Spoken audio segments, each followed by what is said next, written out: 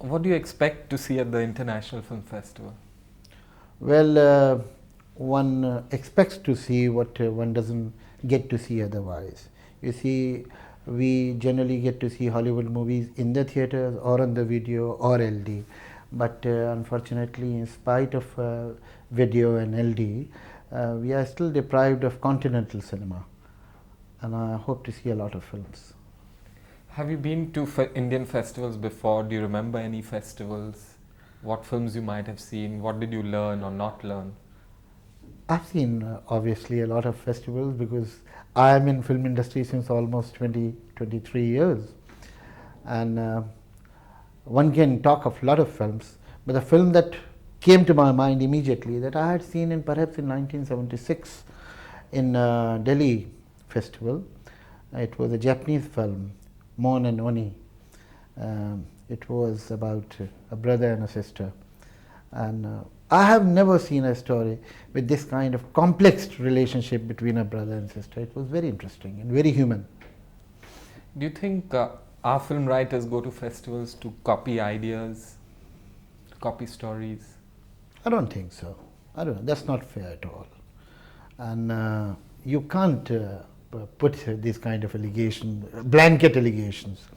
And I suppose film writers are as interested in the medium as anybody else can be. As a matter of fact, it slightly upsets me that writers don't get invitations for the festival the way film actors or producers get. I mean, I suppose writers should be the first people to be invited on such occasions. Well, I'm happy that Love Story is in Panorama, and although it has done extremely well in overseas and it is highly appreciated in the video circle in USA or UK, wherever, but again, if it is in Panorama, it will get some kind of an international exposure because a lot of delegates come and they do see these movies. So could you talk about the lyrics, the use of metaphors, similes, the song Ek Ladki Ko Dekha? What was the inspiration? The song that is appreciated the most in Love Story is Ek Ladki Ko Dekha To Aisa Laga. And quite often people have asked me that what was my source of inspiration and why and how I wrote the song the way I did. You see, the situation where the song was coming in the film was that the boy has seen the girl and he is totally, it is love at first sight, he has fallen head over heels. And he is trying to describe a girl whom he has hardly seen, as a matter of fact. He just got a glimpse of the girl. Now, if we try to measure and describe this emotion totally, however good you may be, you will fail. You can never describe an emotion in totality. You can give the glimpse and leave rest of it to the imagination of the viewer or the listener. And that is why I chose to write this song in instead of in a graphic detail, in strokes. And these similes are strokes. There are leaps from one simile to another, and the imagination, the participator of the listener fills those gaps.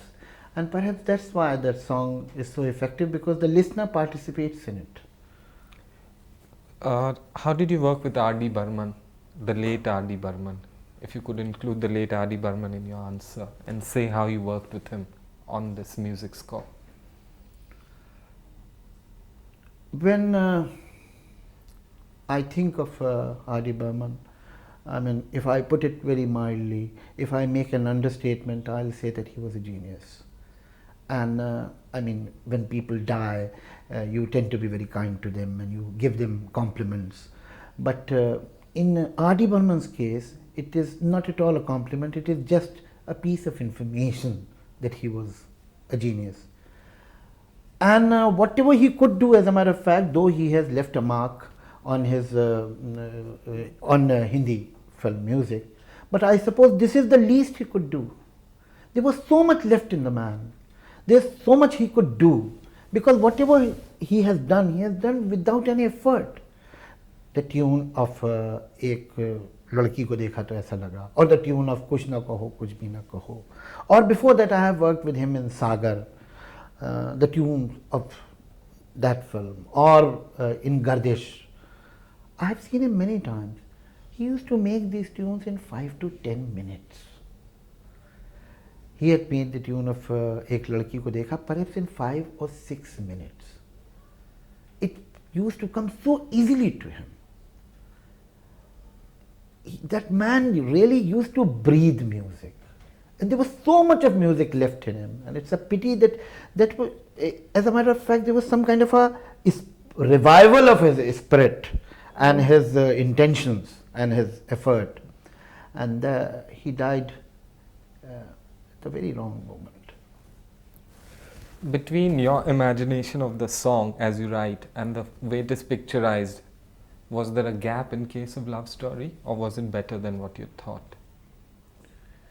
You see, if you are a professional writer and you are working in films, you learn to live with this fact that everybody doesn't think, fantasize in the same manner.